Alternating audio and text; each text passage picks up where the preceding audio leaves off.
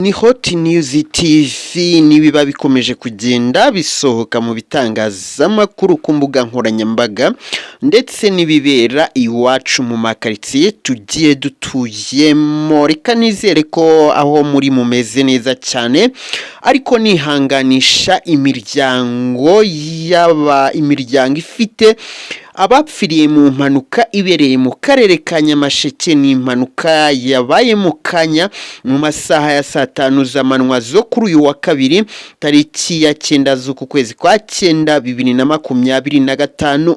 Ni impanuka rero yarijije abantu benshi kuko ni impanuka yaje kuba yapfiramo abantu batari bakeya, abantu bagera ku 8 bahise bitaba Imana ndetse n'abandi batari bakeya barakomereka.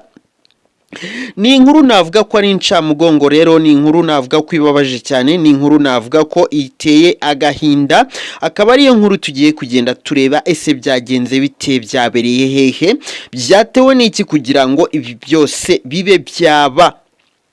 Amakuru aravuga ko mu karere ni inkuru irimo kuvugwa mu karere ka Nyamasheke rero mu murenge wa Cyato. Ni mu murenge wa Cyato wo muri aka karere ka Nyamasheke, aho ahagana saa 5 z'amanywa yo kuri uyu wa kabiri aribwo iyi mpanuka yabaye. Ni impanuka rero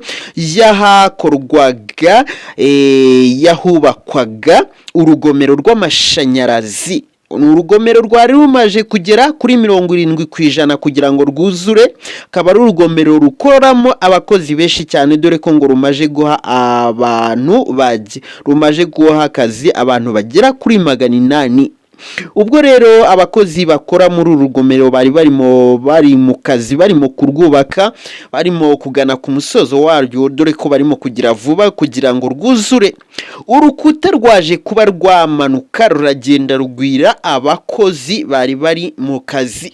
Abagera ku 8 bahita bitaba Imana, abandi batari bacyambona batatangajwe umubare barakomereka. Inzego z'umutekano n'iz'ubuyobozi bihutiye gutabara nk'uko byatangajwe na meya, ariko nta kindi bari gukora, bagiye baratabara batanga n'ubutabazi, ariko nyine 8 bo barangije kwitaba Imana. Ni impanuka yabaye rero saa 5 z'amanywa kuri uyu wa 9 2025, aho urukuta rwubakwaga kuri uru rugomero rwaguye bitunguranye, ari nabyo byatumye abo bose bapfa kuko rwaguye bitunguranye, abantu bari mu kazi batazi ibyari byo rurabagwira. Umuyobozi w'akarere ka Nyamasheke Mupenzi Narcisse niwe waje kuba yakwemeza amakuru, avuga ko bagiye guhumuriza abaturage no gutanga ubutabazi.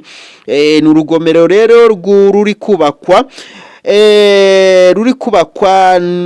ku bufatanye bwa leta n'abikorera. Ndabona byariswe Hydroneo DNG Rwanda. Rukaba rugeze kuri 70% kugira ngo rwuzure. Igihe ruzaba rwuzuye rero n'urugomero rufite ubushobozi bwo kuzacanira imiryango igera ku 1500. Umva ko n'urugomero ruzaba rufite ingufu zidasanzwe. Uru rugomero rero rukaba rumaje guha akazi abantu bagera kuri 800 nkuko twabibabwiye. Aba bantu bagera kuri 800 bakaba baragiye bahabwa akazi, bityo rukaba rwarabafashe kugira aho bava naho bagera, kuko bagiye bahakura amafaranga nayo akabafasha kuba bagira ibyo bakora.